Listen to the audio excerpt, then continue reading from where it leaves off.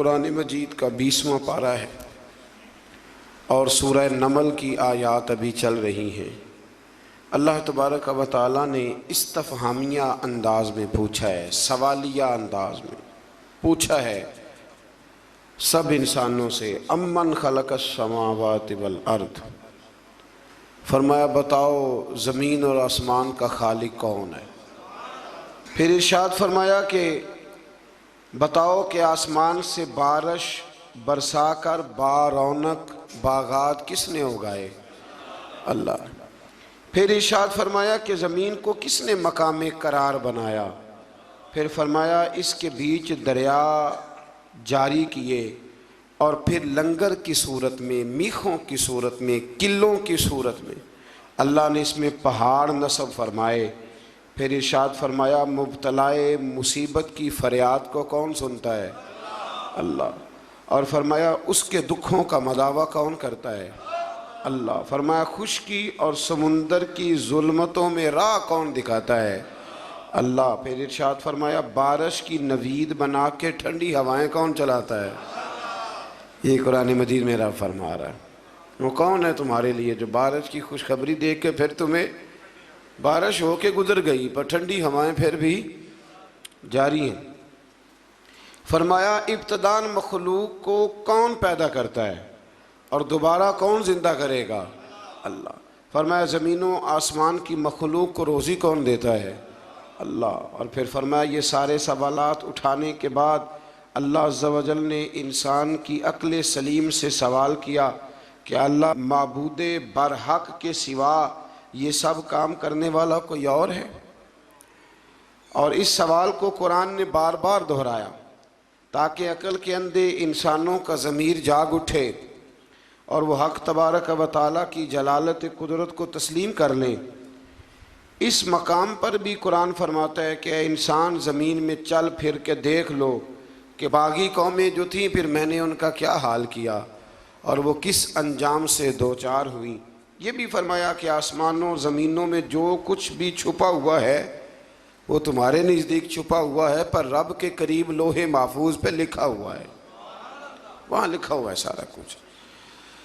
انسان کو یہ سمجھنا چاہیے وہ یارو جو بندہ مشکل وقت میں ایک دفعہ قرضہ ادا کر دے وہ محسن بن جاتا ہے، ساری زندگی اس کا احسان نہیں اترتا۔ تو جو رب سارا کچھ عطا کرے اس کے احسان کی طرف توجہ ہی نہ جائے انسان کی، اسے سمجھنا چاہیے۔ آیت نمبر 80 میں اللہ تعالیٰ نے فرمایا کہ بے شک آپ مردوں کو نہیں سناتے اور نہ ہی بہروں کو اپنی پکار سناتے جب وہ پیٹ پھیر کر جا رہے ہیں۔ مزید فرمایا کہ آپ تو صرف ان لوگوں کو سناتے ہیں جو ہماری آیات پر ایمان لے۔ اس کا کیا مطلب ہوا کہ آپ ان کو نہیں سناتے؟ حالانکہ حضور تو سب کو سناتے تھے۔ فرمایا ان کو نہیں آپ سناتے، آپ صرف ان کو سناتے ہیں جو ہماری آیات پر۔ اس کا کیا مطلب ہوا؟ اس کا مطلب ہوا کہ کافر آپ کی بات سنتے ہیں تو پر سمجھنے کی کوشش نہیں کرتے۔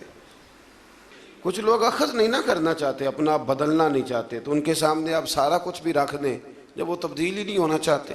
یہاں سے کچھ لوگ کہہ دیتے ہیں کہ جناب مردوں کا قبروں میں سننا ثابت نہیں، حالانکہ مردوں کا قبروں میں سننا تو حدیث پاک سے ثابت ہے، حدیث پاک سے صحیح بخاری میں موجود ہے۔ حضور نے فرمایا جب تم دفن کر کے واپس آتے ہو تو مردہ تو تمہارے قدموں کی آہٹ بھی سنتا ہے۔ تو اس سے مراد یہ نہیں کہ مردے نہیں سنتے، بلکہ مردے سنتے ہیں، اللہ تبارک و تعالیٰ کی دی ہوئی توفیق سے وہ سنتے ہیں۔ اسی طرح سے پھر آگے اللہ تعالیٰ نے قیامت کے قریب ہونے والے کچھ واقعات کا ذکر فرمایا۔ پھر آیت نمبر 87 میں سور پھونکے جانے اور اس کے نتیجے میں پیدا ہونے والی گھبراہٹ کا ذکر ہے، اور نیکوں کاروں کا قیامت کے دن گھبراہٹ سے محفوظ ہونے کا ذکر بھی اللہ نے اسی جگہ فرمایا۔ ایک سور پھونکی جائے گی، حضرت اسرافیل سور پھونکیں گے، وہ ایک ایسی آواز نکالیں گے جس سے سارے لوگ مر جائیں گے، پھر وہ دوبارہ وہی آواز نکالیں گے تو دوبارہ اللہ تعالیٰ سب کو زندگی عطا فرما دے گا۔ اس کو سور پھونکنا کہتے ہیں۔ اس سے پھر آگے سورہ قصص شروع ہوتی ہے۔ سورہ قصص میں اللہ تبارک و تعالیٰ نے توحید و رسالت، حیات بعد الموت جیسے عقائد اور اصول کو بیان فرمایا ہے حضرت موسیٰ علیہ السلام کی ولادت سے لے کر تورات عطا فرمانے تک کا تفصیلی بیان پھر اللہ نے یہاں فرمایا۔ کتنی جگہ پہ آپ پڑھ رہے ہیں؟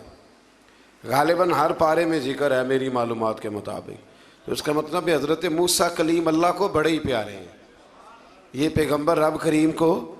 لیکن جس جگہ بھی ہم یہ تذکرہ پڑھتے ہیں ایک علیحدہ انداز میں ہے، ایک نئے انداز میں ہے، ایک نئے ذوق کے ساتھ۔ یہاں بھی اللہ تعالیٰ نے ایک نئے انداز میں اس واقعے کا ذکر فرمایا ہے۔ وہ ساری تفصیل بھی ہے جو پیچھے آیات کے اندر ہم نے دیکھی تھی کہ حضرت موسیٰ علیہ السلام پیدا ہوئے، پھر ان کی والدہ نے انہیں صندوق میں ڈال کر دریا میں بہایا، پھر جس طرح ان کی ہمشیرہ نے ان کا خیال رکھا، پھر اللہ نے انہی کی ماں کو انہیں دودھ پلانے کی توفیق عطا فرمائی۔ اس سے تھوڑی سی تفصیل اور آگے ہے سورہ قصص کے اندر، اس کی تھوڑی اور ڈیٹیل اللہ تبارک و تعالیٰ نے بیان فرمائی ہے۔ وہ اس طرح کہ حضرت موسیٰ پھر فرعون کے گھر میں پلنے لگے، اور جب جوان ہو گئے تو فرعون کے ہاں جو ظلم ہوتا تھا حضرت موسیٰ اس پر بول پڑتے تھے، جلال فرماتے تھے۔ تو فرعون پھر ناراض رہنے لگا، یہاں تک کہ اس نے آپ کو نکال دیا، آپ تشریف لے گئے وہاں سے۔ تو حضرت موسیٰ ایک دن شام کے وقت دوبارہ آئے بستی میں، لوگ سوئے ہوئے تھے۔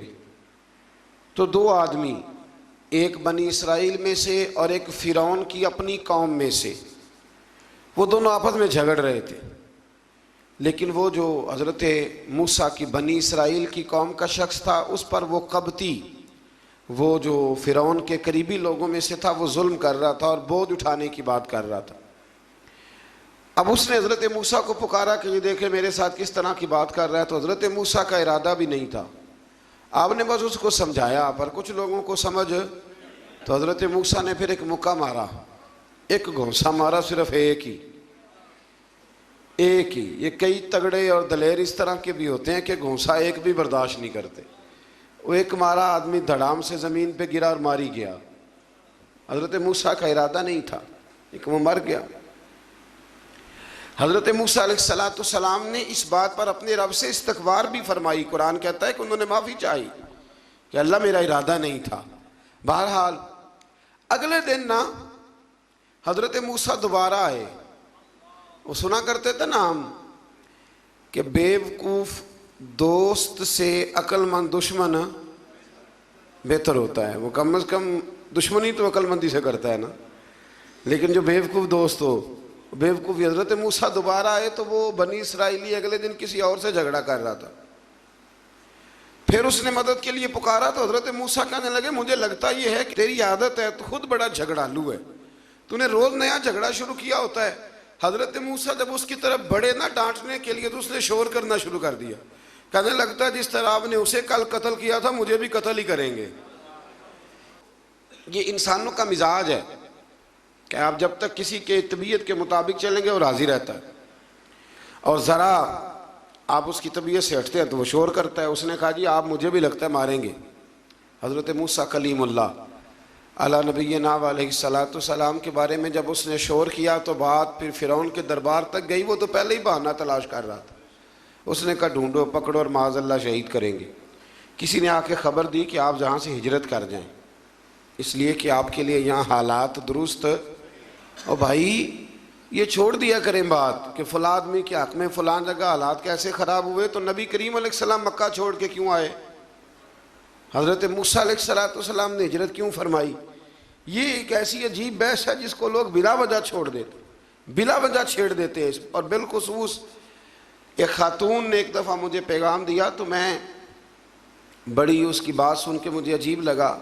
وہ کہنے لگی کہ دوسری جگہ میری شادی ہوئی ہے، مجھے طلاق ہو گئی تھی، تو مجھے ایک تانا روز سننے کو ملتا ہے تو اتنی اچھی ہوتی تو وہاں نہ رہ لیتی۔ تو بھئی یہ کوئی تانے والی بات ہے؟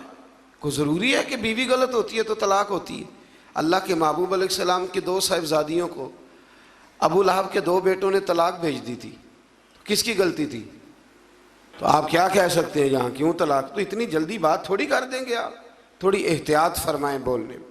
تو حضرت موسیٰ علیہ السلام وہاں سے نکلے اور آپ مدین کی طرف چلے گئے۔ مدین وہ علاقہ تھا جہاں فرعون کی حکومت کوئی نہیں تھی۔ حضرت موسیٰ جیسے ہی وہاں پہنچے تو ان کے اندر ایک جذبہ تھا وہ ظلم ہوتا نہیں دیکھ سکتے تھے۔ جب وہاں پہنچے تو انہوں نے دیکھا لوگ اپنے اپنے جانوروں کو گھاٹ پہ پانی پلا رہے ہیں، اور دو خواتین ہیں وہ بالکل پیچھے کھڑی ہیں۔ تو حضرت موسیٰ کلیم آگے بڑھ کے کہنے لگے تم کیوں نہیں پانی پلاتی؟ تو وہ کہنے لگی ہمارا بھائی کوئی نہیں، باپ ہمارا بوڑھا ہے۔ اللہ اکبر۔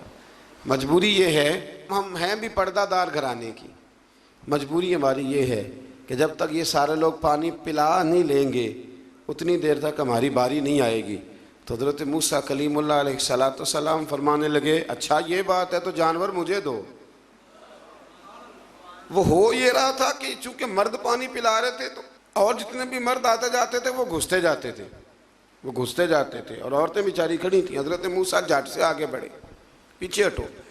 ان دو خواتین پاک باز عورتوں کے جانوروں کو پانی پلایا، اور پھر آپ دوبارہ وہیں بیٹھ گئے۔ وہ بیبیاں جلدی جلدی گھر گئیں، جا کے اپنے والد سے کہنے لگی ابا جی کمال ہو گیا، اس بستی میں ایک ایسا آدمی ملا ہے جو عورتوں کی طرف دیکھتا ہے تو نیکی کرنے کے لیے آگے بڑھتا ہے، جو مجبور اور بے کس کے لیے اچھے جذبات رکھتا ہے۔ فرمایا جلدی لاؤ۔ کچھ مفسرین اور طرف بھی گئے ہیں لیکن جمہور نے لکھا ہے کہ وہ حضرت شعیب علیہ السلام تھے۔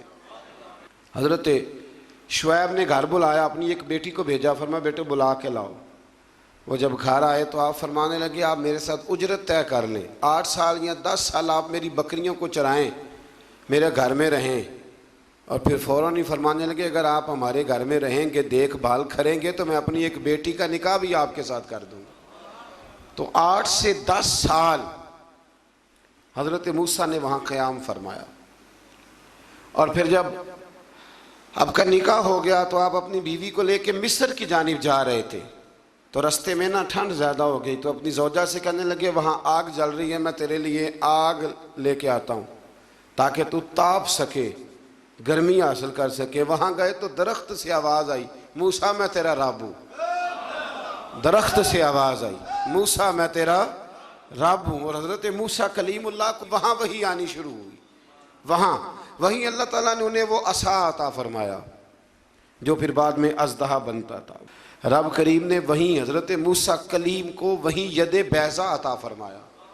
اپنا ہاتھ گریبان میں ڈال کے نکالتے تھے تو چاند اور سورج کی طرح روشنی دیا کرتا تھا۔ ید بیضا لیے بیٹھے ہیں اپنی۔ میں کبھی کبھی کہا کرتا ہوں کہ مولا کے دینے کے انداز بڑے انوکھے ہیں۔ بھائی یوسف کو کنویں میں پھینکتے ہیں تو اللہ مصر کا حکمران بنا دیتا ہے۔ فرعون تکلیف دیتا ہے، بظاہر حضرت موسیٰ کو دیس سے نکالتا ہے تو اللہ تبارک و تعالیٰ انہیں نبوت کی دولت عطا کر دیتا ہے۔ تو یہ اللہ تبارک و تعالیٰ کی تقسیم ہے نا جی، اور مولا کے دینے کے انداز انوکھے ہیں، نرالے ہیں، بے نیاز ہے نا، جب دیتا ہے تو پھر کمال ہی کرتا ہے۔ تو پھر حضرت موسیٰ وہاں سے واپس آئے اور آ کر کے آپ نے دوبارہ وہ سارا نظام زندگی شروع فرمایا۔ پھر اس سے آگے آیت نمبر 44 میں فرمایا اگر تمہیں اس کتاب میں شک ہو تو تم اس سے زیادہ ہدایت والی کتاب اللہ کے پاس سے لے آؤ، اور سرکار دو عالم صلی اللہ تعالی علیہ وسلم کو تسلی دی کہ یہ لوگ اس لیے آپ کی پیروی نہیں کرتے کیونکہ یہ اپنی خواہشات کی پیروی کرتے۔ غلامی ایک کی ہوتی ہے، جو 2 گھروں کا مہمان ہو بھوکا ہی رہتا ہے۔ ایک کی غلامی، یا خواہشات کی غلامی کرے گا یا مصطفیٰ کریم کی غلامی کرے گا، وہ ختم ہو گئی بات۔ اگر آپ کہتے ہیں کہ میری جوانی میری مرضی سے گزرے، میری جیب میں پیسے ہیں میں جو مرضی کروں، تو پھر مرضی کے غلام ہیں آپ، غلام ہیں پر خواہشات نفسانیہ کے۔ لیکن پیسہ جیب میں ہو، اٹھتی جوانی ہو، اللہ نے سارا کچھ دیا ہو، اور پھر بھی نظر میں حیا ہو، تو اس کا مطلب ہے کہ طاقت ہے پر یہ غلام محمد عربی کا ہے، یہ غلام رسول کائنات کا ہے، یہ نبی کریم کا غلام ہے۔ یہ چیزیں موجود ہوں تو پھر اس کا معنی یہ ہے کہ غلامی کسی اور کی ہے۔ اب میری نگاہوں میں جچتا نہیں کوئی، اس لیے کہ جیسے میرے محبوب ہیں ایسا نہیں کوئی۔ تو اس لیے یاد رکھیں کہ اللہ فرماتا ہے محبوب یہ تیری غلامی اس لیے نہیں کرتے کہ یہ کس کی غلامی کرتے ہیں۔ میں اکثر یہ کہا کرتا ہوں کہ ہمیں وہ والی صورت پسند ہونی چاہیے جو نبی پاک کو پسند ہے، وہ والے کپڑے پسند ہونے چاہیے نا جو حضور کو پسند ہے، وہ والا طور طریقہ پسند ہونا چاہیے جو نبی پاک کو پسند ہے۔ یہاں سب کی اپنی اپنی پسند ہے، کسی کو بڑی مونچھیں پسند ہیں، کس کو بغیر مونچھوں داڑھی کے پسند ہے، یہ کیا ہے؟ بھئی ہم تو غلام ہیں، تو غلامی کرتا ہے، ختم ہو گئی بات، اس نے تو غلامی کرنی، اس کا کام ہی غلامی کرنا، وہ نہیں رہ سکتا اپنے آقا کی محبت کے بغیر۔ اور ویسے بھی جو غلامی کے بغیر رہے، دوست کے بغیر رہے، وہ کیا کسی درویش نے کہا تھا، کپڑے پھٹے تے لگے تروپے تے دل پھٹیا کہ نسینا، سجنا بعد محمد بخشا کی مرنا تے کی جینا۔ آپ یہ دیکھیں کہ آپ بغیر حضور کیا وقت گزار رہے ہیں، بغیر غلامی کے۔ تو آپ کا تو طرز زندگی وہ ہونا چاہیے جس سے خوشبو آئے رسول کریم کی صلی اللہ، اس سے خوشبو آتی ہے، اس سے لطف آتا ہے، اس سے ذائقہ نصیب ہوتا ہے، اس سے برکت نصیب ہوتی ہے، اس سے جو ہے نا وہ توانائی نصیب ہوتی ہے۔ کئی دفعہ بڑی خوشی ہوتی ہے، مجھے ایک صاحب، دو صاحب، چار، مجھے جب 20 سینکڑوں لوگ ملے اور آہستہ آہستہ ایک عجیب سی لذت پیدا ہوئی جب مجھ سے آ کے کوئی پوچھتا ہے نا کہ اعلیٰ حضرت فاضل بریلوی نے فلانی بات لکھی ہے، مفتی اعظم نے یہ بات کہی ہے، میرا دل بڑا راضی ہوتا ہے کہ اس کا مطلب ہے کہ ہمارے بزرگوں کا نام ہمارے ساتھ جڑا ہوا ہے۔ کوئی سوال کرتا ہے، کوئی کہتا ہے۔ دیکھیں نا، میرے ایک دوست ہیں تو ان کے والد پیر بھائی ہیں، مرید ہیں، تو ان کا ابا شکایت لے کے آیا اور بڑے اس نے سخت سست جملے کہہ دیتے ہیں نا جی استاد کو، جی آپ کے پاس کیا سیکھا، حالانکہ استاد کے پاس بھی جواب ہوتا ہے کہ میرے پاس تو آیا 22 سال کے بعد، تو آپ نے 22 سالوں میں کیا سکھایا ہے، یہ بھی تو جواب ہوتا ہے نا، لیکن نہیں دیا جاتا۔ اس نے بڑی شکایتیں لگائی ہوں، میں نے ساری ہنس کے سنی، میں ہنستا رہا تو مجھے کہنے لگے پیر صاحب میں شکایتیں کر رہا ہوں، آپ ہنس رہے ہیں، تو میں نے کہا کہ مجھے بڑی خوشی ہے، آپ میرے پاس اس لیے آئے ہیں کہ آپ نے مناسب سمجھا ہے۔ دیکھیں نا، بچوں کا علامہ شکایت کوئی ان کے باپ کو جا کے لگاتا ہے یا ان کی ماں کو جا کے لگاتا ہے، اس کا مطلب ہے کہ کائنات ان کا اور میرا رشتہ سمجھتی ہے۔ پھر بڑی جلدی لوگ کہتے ہیں میرا جی کوئی تعلق نہیں، میرے پاس تو 1.5 گھنٹہ آتا ہے۔ بھائی 1.5 گھنٹہ کیا، 10 منٹ بھی ہے، رشتہ تو رشتہ ہی ہوتا ہے۔ یہ کیا بات ہوئی؟ اب میں آگے جانا نہیں چاہ رہا، ورنہ مجھے مزہ آنے لگ گیا اس موضوع کا، میں آگے جانا نہیں چاہ رہا۔ ایک صحابی تھے، حضور کو ہنسایا کرتے تھے۔ ایک دن غلطی سے شراب پی بیٹھے، آ کے پتہ چل گیا شراب پیا، حضور نے فرمایا لے جاؤ ستون کے ساتھ 80 کوڑے مارو، 70 کوڑے مارو۔ صحابہ کوڑے مار رہے ہیں تو حضور بے-چینی کے ساتھ ٹہل رہے ہیں۔ تو ایک صحابی نے کہا حضور اس نے تو شراب پی ہے اور اس پہ حد لگی ہے تو آپ بے چینی سے ٹہل رہے ہیں۔ حضور فرمانے لگے غلطی ہو گئی تو کیا ہوا، اللہ سے بھی پیار کرتا ہے، اللہ کے رسول سے بھی پیار کرتا ہے۔ اب یہ کیا بات ہوئی کہ ہم اپنا کہنا ہی چھوڑ دیں؟ یہ کہ جے کر یار دے نام دا ملے مینا، انہوں چولی پا لئیے پنجے سٹیے نا، تے یہ کر یار دے نام دی ملے سولی، تے چوٹا چوٹ لئیے پیشانٹیے نا۔ یہ کیا بات ہوئی؟ کہ یہ خواہشات کی پیروی کرتے ہیں تو محبوب ایک کی غلامی ہوگی، یا تیری کریں گے یا خواہشات کی کریں گے؟ تو اپنی ساری خواہشات ختم کر دیں، ختم۔ غلامی نام ہی اس کا کہ اپنی کوئی خواہش نہ رہے۔ رنگے چمن پسند نہ پھولوں کی بو پسند، ہم کو ہے وہ پسند جسے آئے تو پسند۔ تو اس لیے نکل آئیں اس رستے۔ یہ بڑا سوکھا حل ہے زندگی مزے سے گزارنے، زندگی لطف کے ساتھ گزارنے کا، بڑا آسان اور بڑا پیارا اور بڑا میٹھا حل۔ اللہ سمجھنے کی توفیق عطا فرمائے۔ آیت نمبر 52 آیت نمبر 52 میں نجاشی کے دربار سے آئے ہوئے وفد کے قبول اسلام اور ابو جہل کی اس کے ساتھ بدتمیزی کا ذکر کیا گیا۔ وہاں سے نجاشی کے دربار سے کچھ لوگ آئے، جب حضرت جعفر طیار نے وہاں جا کے قرآن مجید سنایا تو رو رو کے ان کی آنکھیں تار ہو گئیں۔ 7ویں سپارے میں تفصیل بیان کر آیا ہوں۔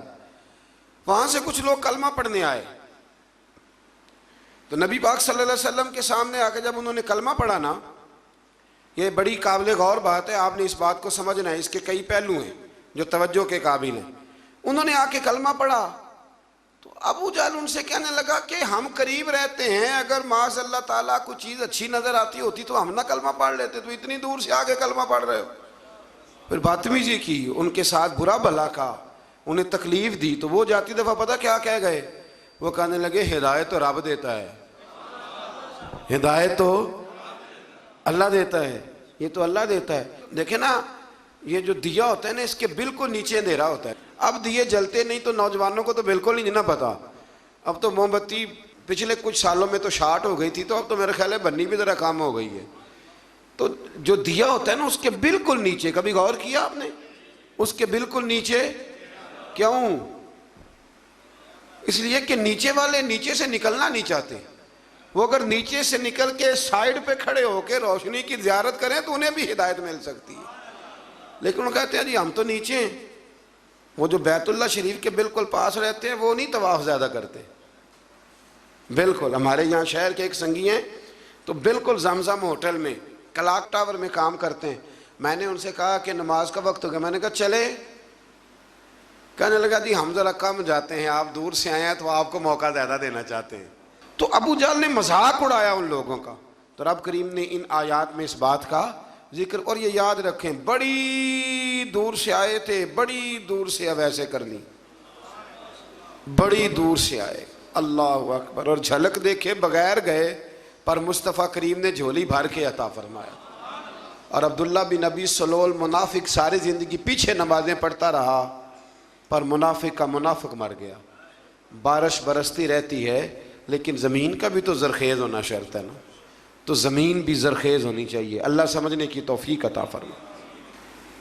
پھر اس طرح اللہ تبارک و تعالیٰ نے آیت نمبر 57 سے کفار مکہ نے رسول اللہ صلی اللہ علیہ وسلم سے جو کہا کہ اگر ہم آپ کے ساتھ ہدایت کی پیروی کریں تو ہم اپنے ملک سے اچک لیے جائیں گے، لوگ تو پھر ہمیں چھوڑیں گے نہیں، اس وطن سے لوگ نکال دیں گے. آج بھی حکمران کہتے نہیں دنیا کے ساتھ نہیں جینا، اسلام نافذ کر دیں گے تو پھر دنیا کیا کہے گی؟ بھئی دنیا کی دیکھنی ہے کہ اللہ رسول کی دیکھنی ہے؟ بولی انہوں نے بھی کہنے لگے پھر تو دنیا ہمیں اچک کر لے جائے گی، یعنی موجودہ فوائد سے محروم ہو جائیں گے. اللہ تعالیٰ نے فرمایا کیا ہم نے ان کو اپنے حرم میں آباد نہیں کیا جو امن والا ہے؟ اس کی طرف ہمارے دیے ہوئے ہر قسم کے پھل لائے جاتے ہیں، لیکن ان میں سے اکثر لوگ نہیں جانتے. یعنی اسلام کی برکت سے دنیاوی نعمتیں چھن نہیں جائیں گی بلکہ اللہ تعالیٰ اس میں اضافہ فرما دے گا. دین کی برکت سے اضافہ ہی ہوتا ہے. وہ ابو جہل اس وقت کہتا تھا کہ اگر کلمہ پڑھ لیں گے تو پھر ہمارا کیا بنے گا. تو آج مکے کا کیا حال ہے؟ آج مکے کا کیا حال ہے؟ دنیا کی بہت کم فصل اور سبزی وہاں ہوتی ہے، ہوتی کم ہے پر ملتی ساری ہے. جو کہیں سے نہیں ملتی وہ وہاں سے ملتی ہے. دودھ پینا تو فریش، لسی پینی ہے تو ہمارے صاحب ایک حاجی صاحب تھے درویش، تو لسی بڑی پیتے تھے. تو حج کے لیے ہم لوگ حاضر ہوئے تو میرے کان میں کہنے لگے میں لسی تو بغیر نہیں جے بچدا. میں نے کہا چلے اللہ دینے والا ہے. تو پھر اللہ نے لسی بڑی دی، پھر وہ ہم سے ختم نہیں ہوتی تھی. بڑی پیتے تھے پر وہ ختم. آیت نمبر 62 میں قیامت کے دن کفار کو ندا کر کے ان کے معبودان باطلہ کے بارے استفسار کیا گیا ہے کہ کفار کا اپنے معبودوں پر الزام، معبودوں کی بیزاری اور دونوں کی بے بسی. فرشتوں کے اس سوال کے جواب میں خاموش رہنے کا بیان ہے کہ تم نے اپنے رسولوں کو کیا جواب دیا. آیت نمبر 68 میں اللہ تعالیٰ کے خالق ہونے، عالم الغیب ہونے اور معبود برحق ہونے کا بیان. عالم الغیب کون ہے؟ اللہ. اللہ کے علاوہ کوئی عالم الغیب، علم غیب ہے رسولوں کے پاس لیکن عالم الغیب اللہ. یہ یاد رکھیں، لوگ دھوکہ دیتے ہیں لفظ بول کے. آیت نمبر 71 میں پھر اللہ تعالیٰ نے استفہامی انداز میں اپنی قدرت اور جلالت کی طرف متوجہ فرمایا کہ اگر وہ قیامت کے لیے مسلسل رات کا سلسلہ جاری رکھے تو تمہارے لیے روشنی کون لے کے آئے، اور اسی طرح اگر اللہ تعالیٰ مسلسل دن بنا دے تو رات کو سکون تمہیں کون دے. بس کیا تم سنتے نہیں، سوچتے نہیں، اور کیا تم سمجھتے یہ اللہ نے دن بھی تمہارے لیے بنایا ہے اور رات کا سکون بھی تمہارے لیے. پھر آیت نمبر 76 سے نا قارون کا ذکر ہے. قارون حضرت موسیٰ کا قریبی رشتہ دار تھا. پہلے آسمانی کتابیں جانتا تھا، سمجھتا تھا، نیک تھا، لیکن پھر اللہ نے اسے دولت عطا کر دی. دولت سب کے لیے اچھی نہیں ہوتی، کچھ لوگ نہیں ہضم کر پاتے.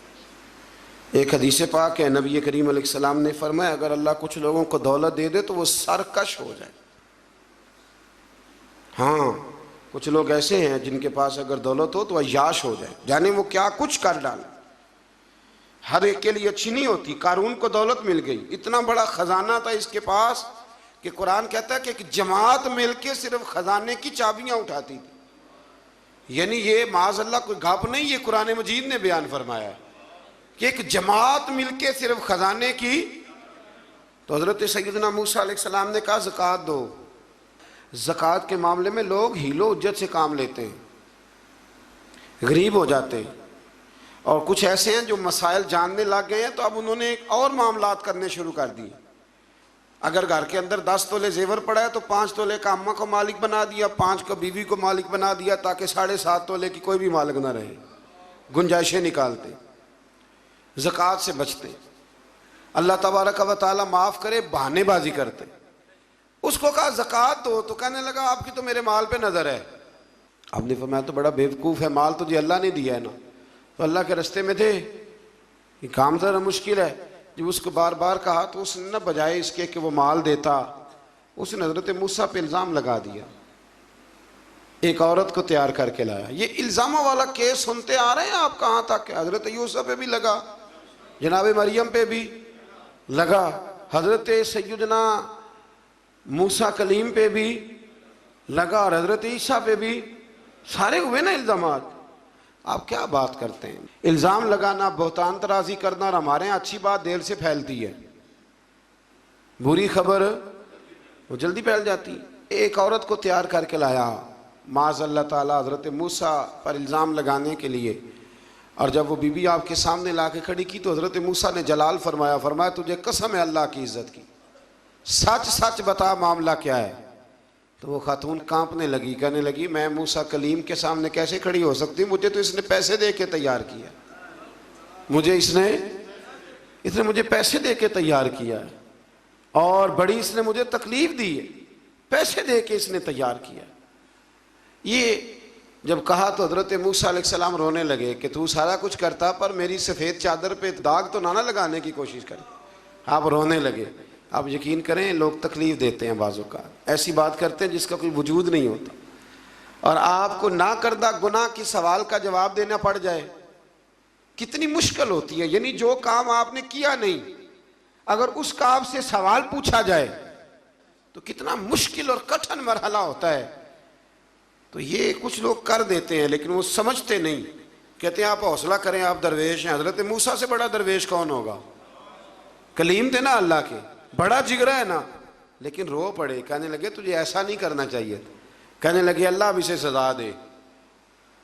تو رب کریم نے اس کے سارے ساز و سامان سمیت اسے زمین میں دھنسا دیا, وہ زمین میں غرق ہو گیا اپنے خزانے سمیت. امام اعظم ابو حنیفہ رحمۃ اللہ تعالی علیہ, کچھ لوگ حسد کرنے لگے تو ایک عورت ایک دفعہ آ گئی, کہنے لگی کوئی مسئلہ پوچھنا ہے. یہ بڑا کٹھن سا معاملہ ہوتا ہے, جو آدمی جو کام کر رہا ہوتا ہے وہی روپ دھار لیتے. مسئلہ پوچھنے اندر آئی تو باہر سے شور ہو گیا, لوگ آ گئے, کوتوال کو بلا لیا, معاذ اللہ امام صاحب کے پاس بی بی ہے, جیل میں لے گئے, سویرے فیصلہ کریں گے.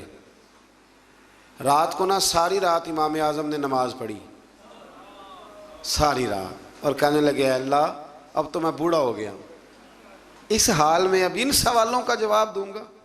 وہ عورت بھی ساتھ بند تھی, اس عمر میں ان سوالوں کے جواب, یار بڑا مشکل ہوتا ہے. اللہ اکبر. اس عمر میں امام صاحب رو رہے تھے تو اس عورت کا دل نرم ہو گیا. امام صاحب سے کہنے لگی مجھے غلطی ہو گئی, میں نے پیسے کسی سے پکڑ لیے تھے, حضور آپ تو اللہ کے نیک بندے. امام صاحب کہنے لگے اب ایک نیکی کر, کوتوال سے کہہ کہ مجھے کوئی تکلیف ہے تو میں دوا کھا کے واپس آ جاؤں گی. تو وہ کوتوال تو پہلے ملا ہوا تھا, اس نے اس کو کہا کہ مجھے کوئی تکلیف ہے میں گھر جاتی ہوں, دوا کھا کے واپس. امام صاحب نے سمجھا دیا, وہ گئی تو جو برقع اس نے پہنا ہوا تھا نا, نقاب ساری عورتیں, وہ جا کے اس نے امام صاحب کی بیوی کو دیا. امام صاحب نے اس کو سمجھا کے بھیجا تھا, وہ برقع گھر لے گئی اور جا کے زوجہ کو ساری بات سنائی. وہ دوائی کھانے گھر چلی گئی اور زوجہ برقع پہن کے تھانے آ گئی. سویرے قاضی کے سامنے پیش ہوئے تو کہنے لگا جی آپ اتنے بزرگ ہو کے, عالم ہو کے, بیوی کے ساتھ اکیلے. فرمایا میری بیوی ہے تو میں نے اکیلے ہی ہونا تھا اس کے ساتھ, اور کس نے ہونا تھا؟ جناب آپ کی بیوی. فرمایا بلاؤ میرے سسر کو, اور بلاؤ محلے کی 10-12 عورتوں کو بھی دیکھ لیں. انہوں نے دیکھا تو امام صاحب کی بیوی نکل آئی.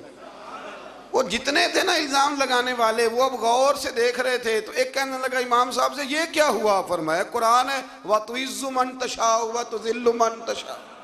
یہ قرآن ہے, ہونا کیا تھا؟ رب نے اپنا وعدہ سچا کر کے دکھایا ہے. تو اس نے بھی الزام لگایا اور پھر سزا یہ ملی کہ وہ ہمیشہ کے لیے زمین میں دھنستا۔ دولت کون دیتا ہے؟ اللہ ہی دیتا ہے نا۔ تو اگر اللہ کہے تھوڑی سی واپس بھی کرو، بندیاں دے خرچے بد جاندے نے، تھوڑی سی واپس مانگ لے تو ہاتھ تنگ ہو جاتا ہے۔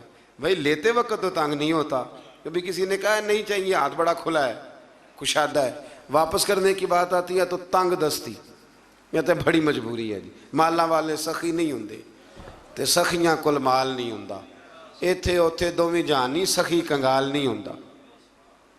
پھر اللہ تبارک و تعالیٰ نے آیت نمبر 83 میں فرمایا کہ یہ آخرت کا گھر ہم نے ان کے لیے مقدر کرتے ہیں جو زمین میں نہ تو تکبر کرتے ہیں نہ فساد کرتے ہیں۔ اچھا انجام صرف پرہیزگاروں کے لیے ہوتا ہے۔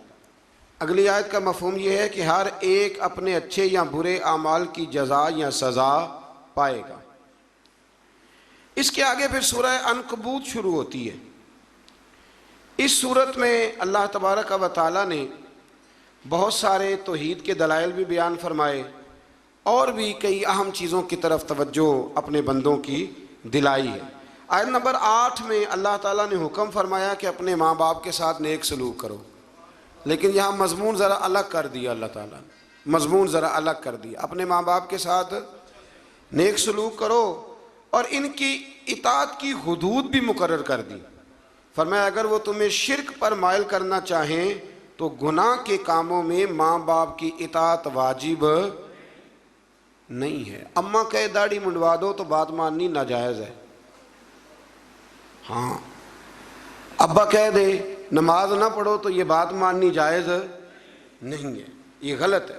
اللہ نے یہاں حد بندی کر دی کہ تم نے حدود شریعت کے اندر ماں باپ کی فرما برداری کرنی، حدود شریعت کے اندر۔ اگر ماں باپ غیر شرعی حکم دیں گے، یہ نوکھا مضمون، اور یہ بیان میرے اللہ نے فرمایا ہے، حد بندی کر دی۔ اگر وہ ناجائز حکم دیں گے تو وہ تسلیم۔ حضرت سعد بن نبی وقاص فرمایا کرتے تھے، آیت میرے بارے میں آئی ہے، فرمانے لگے میں نے کلمہ پڑھا تو میری اماں نے بھوک ہڑتال کر دی، کہنے لگی جب تک تو کلمہ نہیں چھوڑے گا میں روٹی نہیں کھاؤں گی۔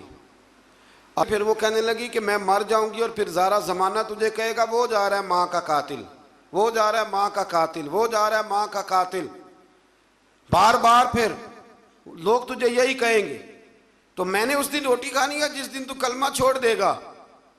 تو حضرت سعد بن ابی وقاص کہتے ہیں میں ایک دن اپنی اماں کے سامنے کھڑا ہو گیا، میں نے کہا اماں میں نے تیری ساری زندگی خدمت کی، کوئی نافرمانی تو نہیں کی؟ کہا نہیں۔ تو کہا اماں تو یہ بھی جانتی ہے کہ میں جو فیصلہ کرتا ہوں اٹل ہی کرتا ہوں؟ کہا ہاں۔ فرمایا اماں پھر سن لے، تیری ایک جان ہے نا، اگر 1000 بھی ہو اور ایک ایک کر کے سارے نکل جائے تو پھر بھی میں محمد عربی کا کلمہ کوئی نہیں چھوڑوں، کلمہ نہیں چھوٹتا۔ ماں چھوٹ جائے گی پر کلمہ وہ نہیں چھوٹتا، وہ بات ہو چکی ہے، وہ معاملہ طے ہو گیا۔ لہٰذا تو کھانا کھانا ہے تو کھا، نہیں کھانا تو نہ کھا۔ کہتے ہیں میں گھر سے باہر چلا گیا، یہ بات کر کے واپس آیا تو اماں روٹی کھا رہی تھی۔ محلے کی بیویاں کہنے لگی اب تجھے کیا ہوا؟ کہنے لگی میرا بچہ باتوں کا بڑا پکا ہے، مجھے پتہ ہے جو کہہ رہا ہے بالکل ٹھیک کہہ رہا ہے۔ یہ جو بچے کہتے ہیں نا میری اماں نہیں مانتی، مجھے ویسے ان بچوں پہ بھی شک ہے، بچے ناراض نہ ہو جائیں، ان کی اماں صرف ان باتوں پہ نہیں مانتی جن میں ان کا اپنا فائدہ ہوتا ہے۔ ایک سے میں نے کہا داڑھی شریف رکھ لو، کہنے لگا اماں کہتی ہے ابھی تیری عمر نہیں۔ میں کہ جا اماں کو لکھا کے لیا داڑھی دی کیڑی عمر ہوندی ہے، کہ لکھ کے دے کس عمر میں رکھنی چاہیے، جا آ جائے تو پھر منانی نہیں چاہیے، اس پہ استقامت اختیار کریں، اللہ توفیق عطا فرمائے۔ پھر اللہ تبارک و تعالیٰ نے اس سے آگے بڑھ کے پھر اسی طریقے سے دوبارہ حضرت ابراہیم علیہ السلام کی قوم کا ذکر کیا ہے۔ پھر آیت نمبر 26 میں لوط، اسحاق اور یعقوب علیہ السلام کا ذکر ہے کہ کس طرح کر کے وہ لوگ غیر فطری طریقے سے اپنی خواہشات کو پوری کرتے تھے۔ اللہ تبارک و تعالیٰ نے ان آیات میں بتایا کہ بالآخر اللہ تعالیٰ نے لوط علیہ السلام اور ان کی قوم اور ان کے جو اپنے تھے ان کو اللہ نے بچا لیا تھا، اور سمجھائی بات یہ ہے کہ کفر کے دور میں بھی جو لوگ نیکیاں کریں گے اللہ ان پہ فضل ضرور فرمائے گا، اللہ ان پر کرم ضرور۔ ہمارے پاس ایک بات ہے، مجھ سے بھی ایک صاحب نے پوچھی تھی، ایک دفعہ میں گیا ہوا تھا باہر تو کہنے لگے کفر کا علاقہ ہے تو اس میں نیکی کرنا بڑا مشکل ہے۔ تو میں نے کہا جب ابو بکر صدیق نیکی کرتے تھے سارے مسلمان ہی تھے، جب حضرت عمر نیکی کرتے تھے سارے لوگ ٹھیک تھے، جس زمانے میں مولا علی شیر خدا سچ بول رہے تھے تو مکہ سارا سچ ہی بولتا تھا، یہ تو بہانہ ہے۔ جس دور میں حضرت عثمان غنی حیا والے تھے، باقی سارے لوگ بھی حیا والے تھے، تو فرمایا ہم ان کو بچا لیتے ہیں، جو شر کے دنوں میں بھی خیر کی اذانیں پڑھا کرتے ہیں کو بچا لیا جاتا ہے۔ پھر آیت نمبر 40 سے قرآن نے بتایا کہ ان میں سے بعض سرکش قوموں پر ہم نے پتھر بھی برسائے، اور بعض کو چنگاڑ نے پکڑ لیا، بعض کو زمین میں دھنسا دیا، بعض کو سمندر میں غرق کر دیا۔ اللہ ان پر ظلم کرنے والا نہ تھا، بلکہ یہ خود ہی اپنی جانوں پر ظلم کرنے والے تھے۔ پھر آخر میں اللہ تعالیٰ نے اہل کتاب سے بحث و مباحثہ اور مجادلے کے آداب اور اسلوب تبلیغ بتائی ہے کہ بڑی شائستہ سی شستہ سی گفتگو کرنی، صاف ستھرے لفظوں میں آپ نے کسی سے بات کرنی ہے، آپ کا لب و لہجہ گھائل کرنے والا نہ ہو، مائل کرنے والا ہو، اچھے انداز میں دین کا پیغام دیں، اچھے انداز۔ جب ہم کسی کو اپنے حق میں دلائل دیتے ہیں تو بڑے اچھے دیتے ہیں، اور جب اللہ رسول کے حق میں دے تو پھر بھی دلائل اچھے کر کے دے۔ اللہ تبارک و تعالی سمجھنے کی توفیق عطا فرمائے۔